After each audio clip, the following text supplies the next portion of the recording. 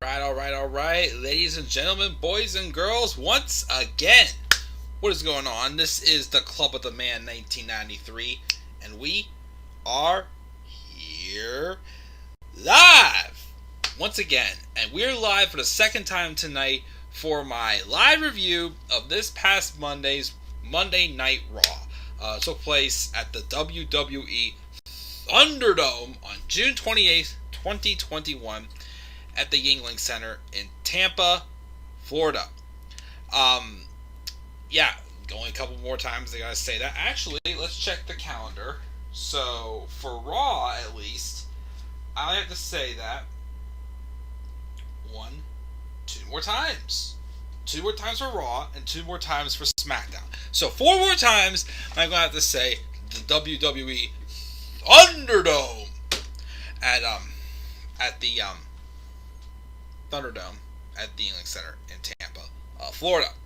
We're going to look back and talk about this show as, once again, the second week in a row, I actually sat down and watched Monday Night Raw.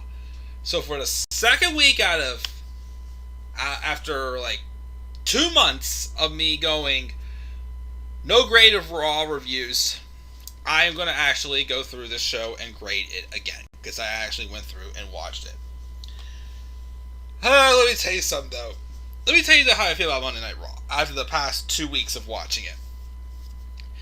When it comes to Raw, yes, it's garbage. Yes, it's awful. The show still sucks. I'm seeing like a tad bit of light, though. Like you see that darkness, you see that little star, like deep far away. And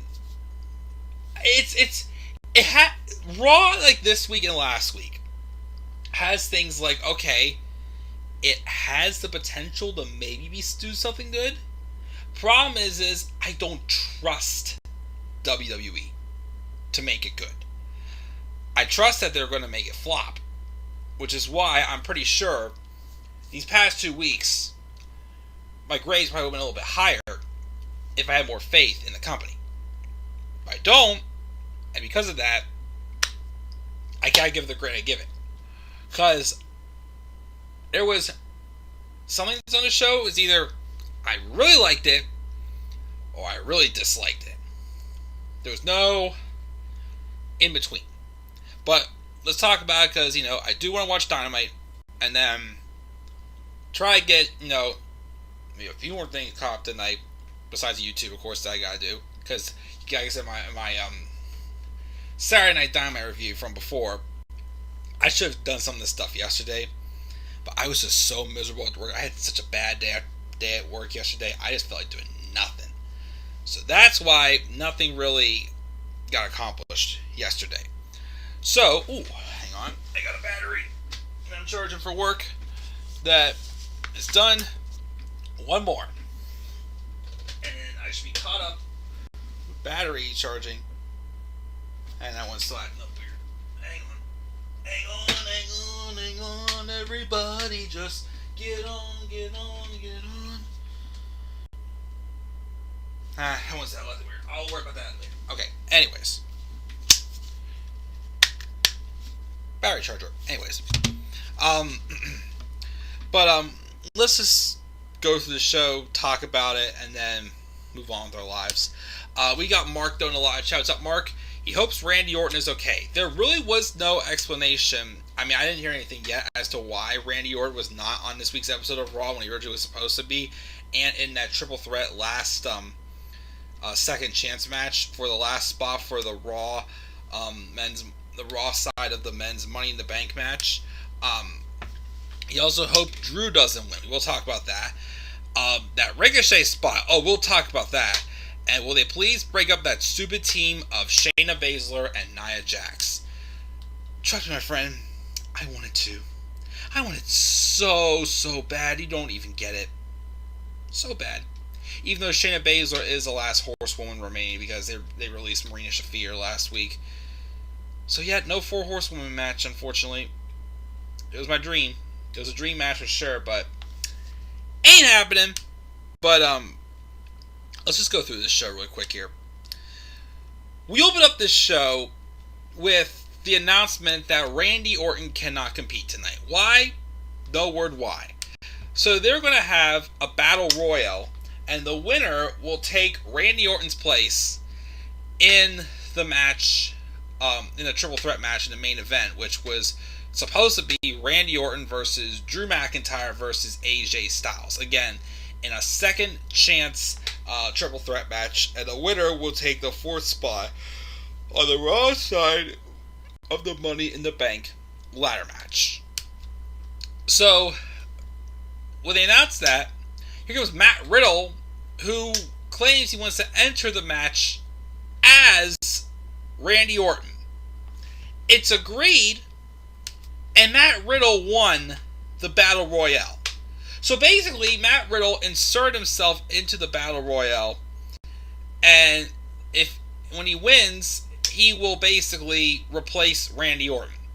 Winning the triple threat match would have Randy Orton get inserted into the match. And I thought that was dumb. Like, if Matt Riddle, again, who is already in the Money in the Bank ladder match, was going to just fill in for Randy Orton, why did they still have this Battle Royale? Why didn't they just throw him in there instead and just have him, win it for Orton? Basically, just to keep Orton's chances alive. Why did they have to do a Battle Royale that felt pointless, especially since the fact that, Matt Riddle didn't win the main event anyways, which was dumb. Also, this stuff with him and Orton just getting super duper hokey. Like, they're having Matt Riddle basically, take Randy Orton's theme song. They had him, basically, act like how... Those of you who are Seinfeld fans, remember in the episode of Seinfeld when, they did the Jerry pilot, and the lady who played Elaine literally wanted to be called Elaine and whatnot? That's why I got the vibes I got, I bit my tongue, from Matt Riddle on this show. And I'm worried, in some ways, they're going to kind of duplicate the whole Trish Stratus and Mickie James storyline, which of course worked back then. It'd be way too weird if they did that with Matt Riddle and Randy Orton. Because I don't know. That's the vibes I got from this show. Like they were trying to do something with Matt Riddle being totally obsessed with Randy Orton, stealing Randy Orton's moves, stealing his entrance and just calling himself Orton. It was so weird. It was just super weird in general. And I don't know, to me it was just this is getting too weird. Let's stop this. That's what I did. This is how I felt about that. So we have Matt Riddle first off acting like Randy Orton. Then we have Shayna Baszler and Nia Jax discussing Alexa Bliss backstage, but Shayna was more annoyed that Reginald cost them their match last week because Shayna Baszler for the millionth time being called to the main roster got rolled up in a pinfall in a roll-up pin like an idiot, as she always does. That's how she always loses. We gotta protect her, pal. Well, guess what? You've done it way too many times. She ain't protected no more. Nope, not at all. She's a joke now. Styles also complained backstage about Riddle fighting for Randy Orton. I would too. Nikki Cross also is calling herself Nikki Cross or Nikki Ash. Nikki Cross, almost a superhero, Nikki Cross. And we can't knock on WWE for that because, again, that is all Nikki's idea. But basically, WWE is just telling her, Nikki, accept the fact that you're a joke and just go along with it. And she basically is. It's just... I'm not buying into it. I mean, again, no offense to Nikki because I know this was her idea, but I'm just this is just a laughingstock waiting to happen. This is literally a laughingstock waiting to happen. She went out there and she beat Shayna Baszler by pinfall, of course, as always. The best part about this show, though, was definitely that promo with Kofi Kingston and MVP. He, of course, talks about Bobby Lashley and what he did to Xavier Woods inside Hell in a Cell last week, how he lit that fire in him and brought back Kofi Mania. MVP comes out and basically MVP says he thinks that Kofi Kingston's going to be like a walk in the park. And like basically playing the story about how, remember, you're the one who lost to Brock Lesnar in 8 seconds. You don't stand a chance against Bobby Lashley. And, Kofi's like, yeah, I know I lost in 8 seconds, but, look at still everything else I've done, basically. They both, ran down, Bobby Lashley and Kofi Kingston ran down his own accolades and just basically went back and forth like a war of words there. But it was a great promo and a great way to get fired up and get, a more serious side of Kofi Kingston out, which I definitely appreciated. Just, again, we all know that Bobby Lashley is, I'm 99% sure Bobby Lashley is retaining at the Money in the Bank. But the story here, getting Kofi more fired up again. I mean, I don't know if they would, pull the trigger and, keep Kofi on fire and, as some sort of a single star or whatnot. Or, even have him, I don't know, maybe fight Sheamus for the United States Championship at SummerSlam or something. Because Sheamus has literally done nothing with that U.S. title except for have a million matches with Ricochet and Humberto Carrillo. Now he is, of course, hurt, though, with that nose. But, I'd hope that they at least, keep this singles momentum for Kofi going, because he's really cutting some really great promos. He did attack MVP, who kept saying he was hurt, he couldn't attack him, and hits him with a Trouble in Paradise to end the segment, which was awesome. But just excellent stuff. Again, I'm really enjoying this story, what they're doing with Bobby Lashley and Kofi Kingston. Piper Niven, aka Doudrop, though, makes faces behind Eva Marie's back as she explains how Niven apparently dropped the ball last week.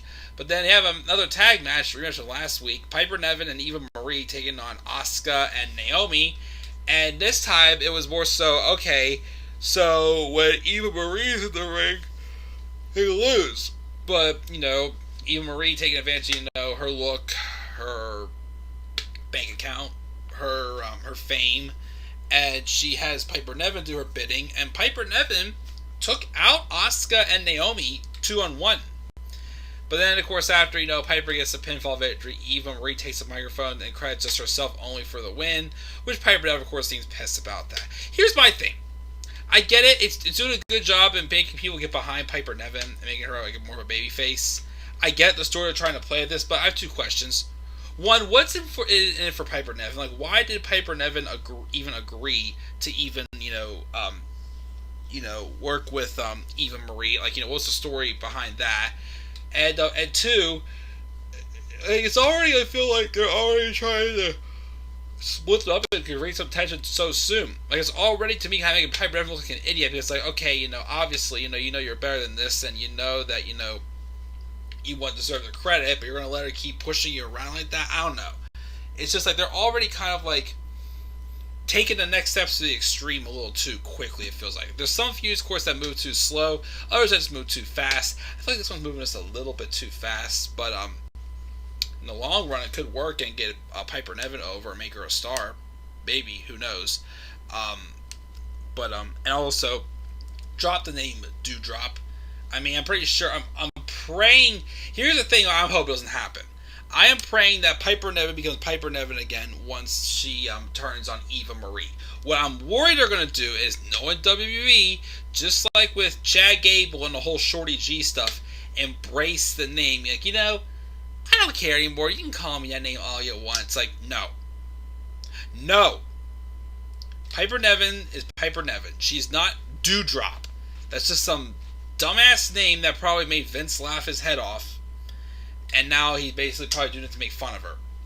So, yeah. Don't keep that name for too long. But if this feud's actually going to lead to Piper Niven getting a big babyface push, then cool. But just slow it down a bit. Because if you take it too fast, you're going to make Piper Niven look like an idiot for even wanting to, team up with Eva Marie in the first place. John Morrison and The Miz have a backstage segment where they say that Morrison will win the Money in the Bank contract, but then Ricochet arrives, rushes them down, and then takes a dripstick from Miz's wheelchair and just starts spraying them with the dripstick, which was weird. But the match that Ricochet and Morrison had was excellent, including that finish. I mean, it was a double countout, but this is when you really start feeling the vibes for Ricochet again. Ricochet has done some crazy stuff. He took a super kick while in mid-air to the head from Adam Cole. He hit like a 630 or so down from the top of the cage during War Games. He did that freaking. He jumped over the ropes and landed like even more than halfway up, like right, like 2 feet away from Velveteen Dream. Oh, I shouldn't have said that name. And on an episode of NXT leading up to their match at Takeover Chicago 2. And now he's jumping from the top rope all the way across over the barricade, basically into the crowd if a real crowd was there. And, if a crowd was there, it would have got a big time pop. Just amazing stuff that you see that and just go, this man is a star. You know he is a star when he can pull off some crazy shenanigans like that. They hold it back on him big time though, but he's in Money in the Bank. Obviously I give him some momentum. Why don't you keep giving him that momentum? Keep giving him that push. Let him, loose. Let him do those stunts that, I know is going to easily get him over, make him a star. Like, easily get him back on track with this in NXT.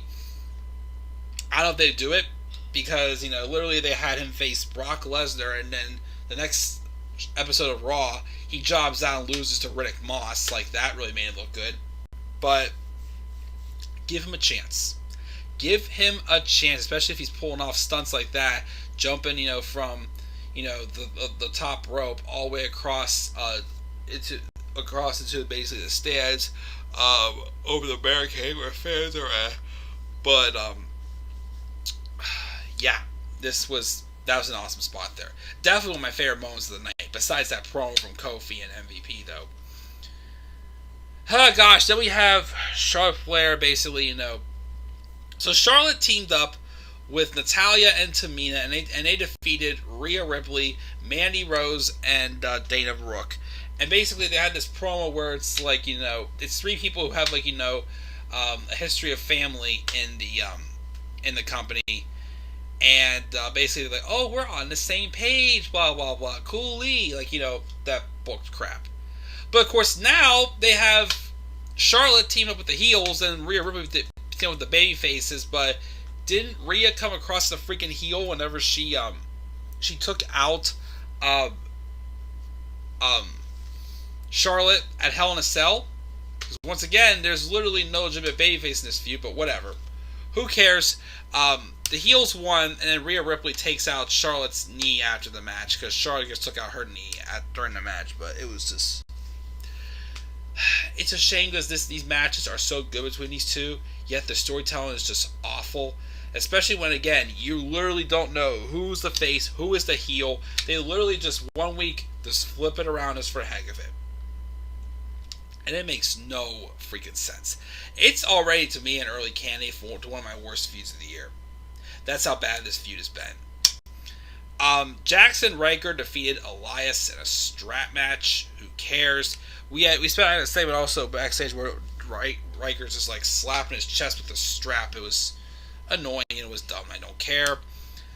In the main event, Drew McIntyre, in a pretty good but long main event, Drew McIntyre, despite the fact of Matt Riddle embracing the persona of Randy Orton, Drew McIntyre defeated Matt Riddle, and he's in Money in the Bank as the last participant. We all feel this way now. We love Drew, and we're glad he got the push he deserved. We're glad he got the spot in the main event he deserved and did an excellent job doing what he did. It's time, though, to move on. I'm sorry, it is. Again, I love Drew, but it's like, give someone else some time in the main event scene. Bobby Lashley, yes, despite the fact that he's booked on the worst show in the world, he's still doing the best he can. I'm fine with him being champion. Like I said, I think Drew should go to SmackDown in the draft to get a fresh coat of paint. What I really thought was going to happen, though, again, I wanted AJ Styles to be in the match. I thought with him, Morrison, Ricochet, of course, especially, I feel like, they would have put out some very great moments in that match. But we're getting Drew McIntyre instead. Good star power, but like I said, I'm worried they're going to put the briefcase on him. I don't want that to happen because I know Drew's going to get booed. Because, again, he's literally starting to get opportunity after opportunity after opportunity after opportunity. And like I said, it's stuff like that made people hate like John Cena and Roman Reigns. Now it's going to make them hate Drew McIntyre. And like just a year ago, they wanted Drew McIntyre in the main event scene. So don't do that to Drew. Please don't. Again, I still thought to this day that because of the promo we cut last week, we were going to have Jinder Mahal interfere. We are going to have a feud with Drew McIntyre and Jinder Mahal. I guess you could maybe have that happen at, have the betrayal happen at Money in the Bank, maybe. Or I don't want to see Drew and Jinder at SummerSlam. I'll watch them on like a B pay-per-view or like an episode of Raw, but I do not want to see them, being at like SummerSlam. But who knows? But that's the show, guys. I gave it a C. Like I said, there were some things I liked. The Kofi promo. The main event was good, even though I wish someone else would have won. A couple other little odds and ends, but most of the show, wasn't that great. Gave it a C. Check the live chat, then get off the air and go downstairs. They make the same mistake with Drew they did with Roman Reigns and Seth Rollins, trying to shove the top baby face down our throat. Exactly. Give Piper never her name back. He gave Raw a C. And then Fidget 1764 says, who is the best wrestler in the world? Kenny Omega for sure. But that's going to do it, guys. I'm starting to get a little sleepy also, so I'm going to cut it here before I get too tired. I can't really talk anymore, but that's my review of Raw. Again, I may come back up here again for 1 or 2 more reviews tonight and maybe get my Money in the Bank card predictions done. I don't know yet, but we'll see what happens. So, guys, that's my thoughts on Raw this week. I gave it a C. What are your thoughts on Raw? Make sure you leave that down in the comment section below. Slap a like on the video and subscribe. More content on my channel. Follow me on Twitter at TheManAirboy93. Till then, guys, I'm checking out. I'll see you all later. Have a great rest of your night. Peace out, everybody.